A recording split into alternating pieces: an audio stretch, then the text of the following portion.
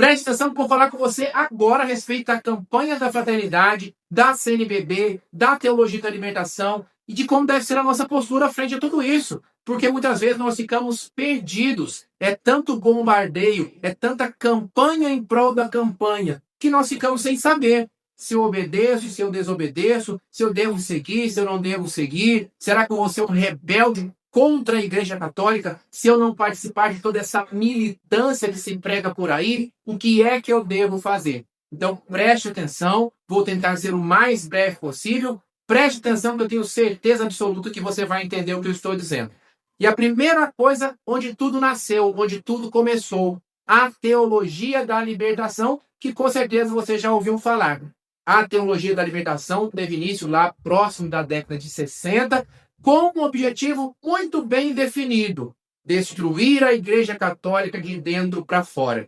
Você com certeza já pesquisou, já estudou, já ouviu quantos ataques a Igreja Católica sofre desde a sua fundação por nosso Senhor Jesus Cristo há quase 2000 anos atrás. Satanás, o inimigo de Deus, ele quer destruir os planos de Deus e destruir a Igreja Católica, que é o canal da nossa salvação. Nesses quase 2000 anos, ele fez isso diversas vezes de fora para dentro, com guerras, perseguições, reis, imperadores, perseguindo fisicamente, inclusive, a igreja, com muitas heresias vindas de fora, muitas seitas, falsas doutrinas sendo lançadas contra a Igreja Católica, e de toda essa perseguição, a Igreja Católica sempre saiu vitoriosa. Sempre deu um jeito, pela graça de Deus, de romper com tudo isso, de denunciar os erros, de combater as heresias, os ataques, de perseverar frente ao martírio, se fosse necessário, e de tantas outras formas, graças a Deus. Agora, Satanás continua querendo o seu objetivo maléfico de destruir a Igreja Católica, só que ele mudou a estratégia. Ele quer agora destruir a Igreja Católica de dentro para fora, pelos próprios membros da Igreja Católica que foram contaminados, que foram enganados pela doutrina da teologia da libertação, que parece uma maravilha, que parece um sonho, como é a doutrina marxista comunista, que na teoria é tudo mil maravilhas. Todo mundo vai viver bem, não existem pobres, não existem enfermos, não existem discriminados, excluídos, todo mundo vive bem, mas essa não é a realidade. E mesmo que fosse, não é para isso que nosso Senhor Jesus Cristo fundou a Igreja Católica. Acontece que os adeptos da teologia da libertação, que foram infiltrados como sementes, Satanás lançou sementes deste tamaninho aqui, lá na década de 60. Primeiro nos seminários, seminaristas adeptos da teologia da libertação, da teologia comunista marxista, infiltrados propositadamente, pensadamente, com um objetivo definido de contaminarem a Igreja Católica. A teologia da libertação não é uma obra do acaso. A teologia da libertação é uma estratégia de Satanás muito, muito clara para quem conhece. Fica difícil porque hoje aqueles que eram seminaristas lá na década de 60 já se tornaram sacerdotes, padres e bispos, já estão em cargos altos da Igreja Católica, já se alastraram. Por isso que é tão difícil, porque quando um leigo, um qualquer, digamos assim, prega asneiras, ensina aquilo que é errado, é mais fácil de você identificar e combater. Mas nós, e aqui eu digo a grande maioria dos católicos é assim, desconhecedora, ignorante da própria fé. A grande maioria dos católicos nunca leu a Bíblia, a grande maioria dos católicos nunca leu o Catecismo da Igreja Católica. Para nós, simples ovelhas, quando ouvimos de cima do presbitério, vindo de padres, vindo de bispos, doutrinas erradas, doutrinas perniciosas, fica muito mais difícil da nossa parte denunciarmos, descobrirmos, identificarmos o erro terrível que está sendo pregado. Principalmente porque isso é feito de uma forma muito adocicada, disfarçada por trás de um falso cuidado pelos pobres. Olha só como Satanás é astuto. Porque o que Satanás quer é tirar Jesus do centro. Ele sabe muito mais do que eu e você, que só Jesus salva. Sem Jesus não há salvação. Se a Igreja Católica persiste por estes quase 2.000 anos de existência, sobrevivendo a todos esses ataques que eu acabei de dizer para você, é porque mantém Jesus no centro. Jesus é o esteio. Jesus é a pedra fundamental, como está inclusive no Evangelho. É sobre essa rocha que a Igreja Católica é edificada, pela graça de Deus e a ação do Espírito Santo. Então, o que Satanás quer fazer é tirar Jesus do centro. Só que imagine comigo, se um padre, um bispo, imagine comigo, na missa que você vai no próximo domingo, o bispo falasse assim: a partir de hoje nós não seguimos mais a Cristo. Cristo não é mais o centro da Igreja Católica. Cristo não é mais o nosso mestre, o nosso salvador, o caminho, a verdade e a vida. O que é que você diria diante disso? Esse bispo está louco. Esse bispo perdeu a sanidade. Você não daria crédito às palavras daquele padre, às palavras daquele bispo. Por isso que ele faz isso de uma forma muito disfarçada, transferindo a atenção para o pobre, para o cuidado material, e fazendo isso de uma forma tão exagerada, tão exacerbada, tão multiplicada, com tanta intensidade, tão pregada, tão martelada, que, consequentemente, você se esquece de Jesus. Você se esquece de Jesus. Já já eu vou falar com você sobre os números do documento base da campanha da fraternidade deste ano. E você vai entender um pouco mais o que eu estou dizendo. É um verdadeiro massacre. Você não vê falar de Jesus, não vê falar de penitência, não vê falar da confissão. É pobre, pobre, pobre, pobre, pobre. Social, social, social, social. Política, política, política, política. Sobrecarregando, soterrando, digamos assim, aquele que é o verdadeiro evangelho de nosso Senhor Jesus Cristo. E aí, como eu disse, para a grande maioria, tudo isso é mil maravilhas. Por quê? Sim, Flávio, é o próprio Jesus que disse que nós temos que cuidar do pobre, nós temos que zelar pela mãe terra, pela casa comum, pelo planeta, pela natureza, pelos excluídos, marginalizados. Sim, claro. Óbvio, óbvio. Essa é a nossa obrigação como cristãos. Mas tudo isso é consequência secundária do servir a Cristo, do buscar a Cristo em primeiro lugar e o reino dos céus que não é nesse mundo. Aqui está a diferença. Para os adeptos da teologia da libertação, não existe qualquer coisa que seja transcendental, que ultrapasse esse mundo. O reino dos céus, para eles, aquele reino dos céus que viria depois da morte, para os santos que lutam contra o pecado, que buscam as virtudes, para os adeptos da teologia da libertação, isso não existe. Eles fazem uma reformulação de todo o evangelho de Jesus para o agora, para o materialismo. Para eles, deixa eu dar um exemplo para você entender. A Eucaristia não é a presença real e completa de Jesus. É o símbolo, uma reunião fraterna dos irmãos que se amam e se ajudam na fraternidade, onde quem tem mais reparte com quem tem menos. E juntos damos as mãos e participamos desta mesma mesa, participamos deste banquete, representando Jesus, trazendo no nosso coração a lembrança dos ensinamentos daquele homem de 2.000 anos atrás. Está entendendo?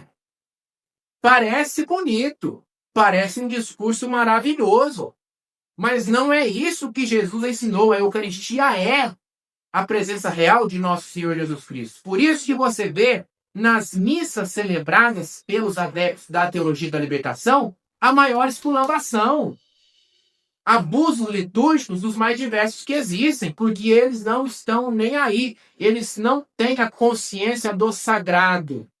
E isso, lembre-se do que eu falei com você, não é de agora. Satanás, ele sabe esperar, ele é muito paciente. Ele lançou uma sementinha deste tamaninho lá na década de 60 e esperou crescer, lançar as suas raízes e se infiltrar e, sabe, impregnar tanto o coração das pessoas que você não consegue explicar verdades tão claras como essas, que Jesus é o nosso Salvador. Para eles não existe inferno. Para eles não existe inferno. Por isso que não estão nem aí para os pecados. Homem com homem, mulher com mulher, pode ser. Você vai à missa, não vai. Pode rezar, não pode. Você vai confessar e rir de você. Você busca o sacramento da confissão? Nossa, você já está aqui de novo. Você acabou de confessar. Não precisa disso tudo, não. O que você tem que fazer é ajudar o pobre, cuidar do pobre, encher a barriga do pobre de pão, e o resto você esquece. Então, preste bastante atenção nisso. Eu tenho que ajudar os meus irmãos necessitados. Ponto final. Essa é a minha obrigação de cristão. Eu tenho que zelar pela natureza. É minha obrigação de cristão. Está em Gênesis. Deus manda a Adão e aos seus filhos, que somos nós, cuidar do planeta. É nossa obrigação. Mas tudo isso é consequência secundária do meu seguimento verdadeiro de Jesus. Não substitui o seguimento de Jesus. Está entendendo? E o que eles querem fazer é isso. Substituir. Não preciso de conversão, não preciso de santidade, não preciso buscar o céu, não preciso buscar as virtudes, não preciso romper com o pecado. Viva a sua vidinha do jeito que você quiser, desde que você cuide do pobre, desde que você cuide da mãe terra e acolha as diferenças, vai ficar tudo bem. Até porque, como eu disse, inferno não existe e céu também não existe. Aquele céu depois da morte não existe. Para os adeptos da teologia da libertação, o reino de Cristo seria um reino político neste mundo que virá através da luta de classes. Por isso que eles falam sempre aí, né, da opressão, do governo, da direita, do dragão, do capitalismo, etc, etc. Porque são com esse tipo bababá da doutrina comunista marxista. Então, cuidado, não caia nessa enganação. Fique atento, aprenda, conheça qual é o verdadeiro evangelho de Jesus. O reino de Cristo não é neste mundo. O reino de Cristo é no céu. Lá é o reino de Cristo. Aqui nós estamos neste mundo que passa, neste vale de lágrimas. Temos que ajudar o próximo, mas não é isso que é o centro da nossa fé. O centro da nossa fé é Jesus. Nunca deixem que desviem o seu olhar de Jesus. Nunca deixem que tirem Jesus do centro da sua vida. E aí, a respeito da CNBB e da campanha da fraternidade. Primeiro, a CNBB, Conferência Nacional dos Bispos do Brasil. É apenas uma conferência, é apenas uma reunião de pessoas, leigos e clérigos. A CNBB não é composta somente por bispos. Ela é composta por bispos, padres, leigos, homens, mulheres. E a CNBB não faz parte da hierarquia da Igreja Católica. Não é, por exemplo, Vaticano, CNBB, diocese, paróquia. Não é. A hierarquia da Igreja é Papa, bispos e padres e diáconos. Ponto final. Na sua diocese, quem manda é o seu bispo. A CNBB, como eu disse, é uma reunião, uma conferência, como o próprio nome diz. Ela não tem esse poder de determinar sobre a nossa fé. Não tem esse poder. O bispo da sua diocese acolhe aquelas orientações, acolhe ou não. Existem sugestões. Estou frisando bastante essas palavras para você entender o caráter que não é disciplinar e irrevogável da CNBB. E nesse sentido, a partir também da década de 60, pela idealização de Dom Helder Câmara. Depois você pesquisa aí na internet quem foi Dom Helder Câmara. De forma resumida, Dom Helder Câmara é conhecido como o Bispo Vermelho. O Bispo Vermelho, só por aí já basta. Tão impregnado ele era do comunismo marxismo. E ele é o idealizador da campanha da fraternidade, por essa perspectiva materialista do Evangelho de Nosso Senhor Jesus Cristo. Não existe Eucaristia, não existe inferno, não existe reino dos céus, não existe milagre. O reino dos céus é o reino na terra, construído de forma política pela luta de classe. E a partir daí, inclusive não preciso nem mesmo entrar especificamente nos temas da campanha da fraternidade de cada ano, porque seguem todos a mesma linha. Olha só, neste ano de 2026, o texto base. Eu fiz aqui algumas anotações para você, só para ter ideia do que eu estou dizendo. Daquela intenção de sobrecarregar Jesus, nosso Senhor. Jesus não é o centro. Só que não falam isso de forma aberta. Vamos tirar Jesus, vamos deixar Jesus de lado. Eles não falam isso. A estratégia é sobrecarregar Jesus, de uma forma que você nem lembre dele.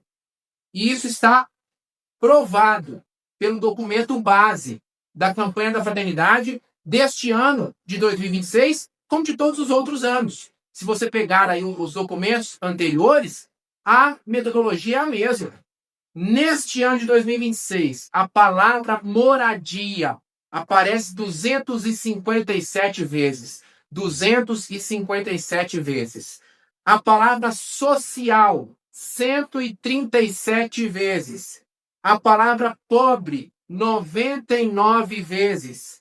Políticas públicas, 30 vezes. Sem teto, 16 vezes. Lula, até do Lula, 3 vezes. Penitência, 2. Jejum, 2. Nossa Senhora, 0. Eucaristia, 0. Missa, 0. Confissão, 0. Está percebendo? Justamente na quaresma, quando o objetivo é esse. Penitência, conversão, jejum, oração, Eucaristia, sacramento. Não se fala disso na campanha da fraternidade. Desvia totalmente o seu foco daquele que é o objetivo da igreja. E aí eu falo da igreja, porque é também muito importante você saber que a campanha da fraternidade não é mundial, é só no Brasil que existe essa coisa. É só no Brasil que existe essa praga. Não existe campanha da fraternidade em outros países. Lá, não é? Não vou dizer aqui todos, porque eu não conheço todos os países, obviamente, não é? Mas o objetivo da quaresma é aquele pensado pela igreja, porque vamos lá, os tempos litúrgicos nós temos o advento, o tempo do Natal, o tempo comum, o tempo da quaresma, a Páscoa. Não são tempos que você faz o que quiser. Ah, no Natal não quero esperar Jesus, não. No advento, melhor dizendo, não quero me preparar para o nascimento de Jesus, não. No advento, eu quero saber sobre o carnaval. No advento, eu quero esperar o coelhinho da Páscoa. Eu não posso fazer isso. Tudo na igreja é pensado com um propósito. A quaresma faz referência à preparação que o povo hebreu fez durante 40 anos no deserto, esperando entrar na terra prometida. O que é que aconteceu? Deus, através de Moisés, isso está lá no livro do Êxodo, libertou o povo hebreu do Egito, levou para a terra prometida, mas por causa dos seus pecados, da revolta do povo contra Deus, não entraram na terra prometida.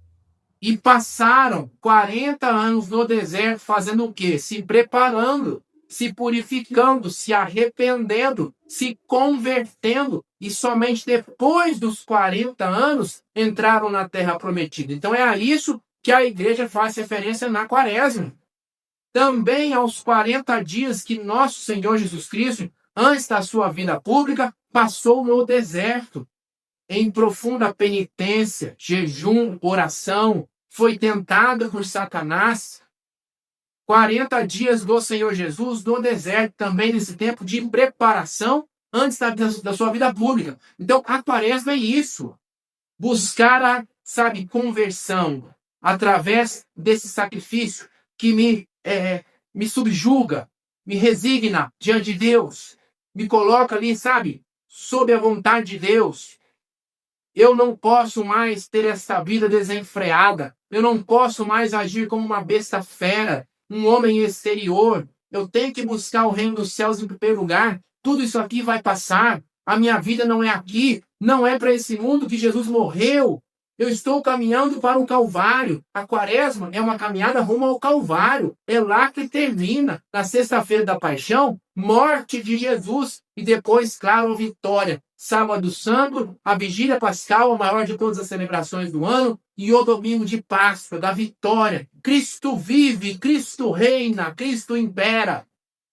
Toda essa caminhada tem um objetivo, tem uma direção. É junto com Jesus, passando pelo Calvário, passando pela cruz, para essa morte do velho homem, para essa morte com o antigo eu, para eu receber uma vida nova na Páscoa, para eu ser mais santo, mais conforme a vontade de Deus. E aí, passando 40 dias, 0 vezes confissão, 0 Eucaristia, 0 Nossa Senhora, 0 missa, 2 vezes jejum e 257 moradia.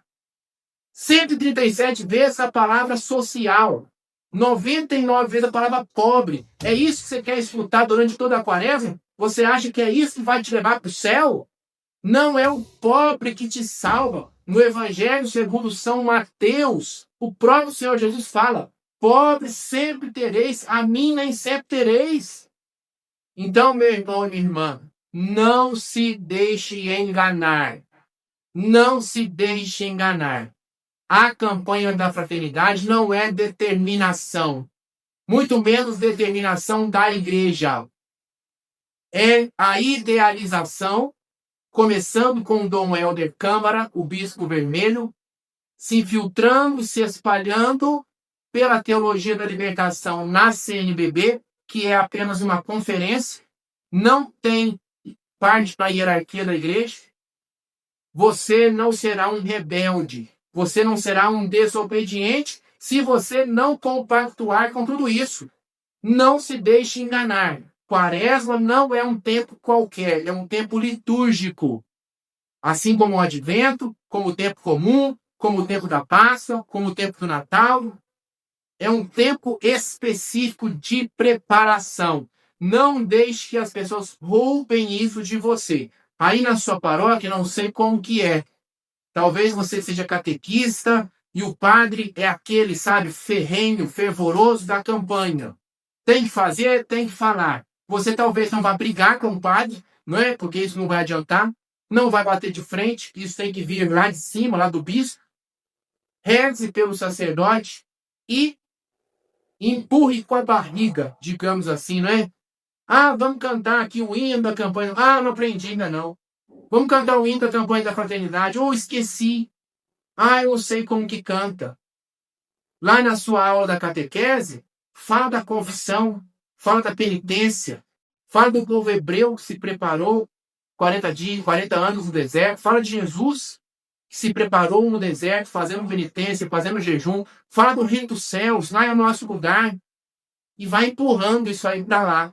E se você tem a oportunidade na sua paróquia de ter um padre santo, um padre consciente, que conhece o verdadeiro evangelho de nosso Senhor Jesus Cristo, louve a Deus, reze por ele e se dedique ainda mais a fazer deste tempo da Quaresma o seu tempo de preparação, o seu tempo de romper com o pecado, o tempo de conversão, de buscar a santidade. Porque aí sim, como eu disse, fazendo essa preparação, passando pela cruz, pode ter certeza que na Páscoa você vai receber essa vida nova em nome de Jesus. E agora me conte aqui nos comentários, por favor, como é na sua paróquia. Aí na sua paróquia, tudo vai pela campanha da fraternidade, é difundida, divulgada, ou é, graças a Deus, não é uma paróquia preservada desse mal chamado teologia da libertação. Como que é aí na sua paróquia? Conta para mim nos comentários, por favor. E, por favor, deixe o seu like, o seu joinha e compartilhe este vídeo. É um tema importantíssimo que muitas pessoas têm uma grande confusão, muitas dúvidas a esse respeito. Compartilhe este vídeo nos grupos de WhatsApp, Facebook e Instagram para alertar os nossos irmãos para que eles não percam essa oportunidade única da Quaresma essa graça que Deus tem para cada um de nós. Conto com você. Muito obrigado. Beijão e até a próxima. Fique com Deus.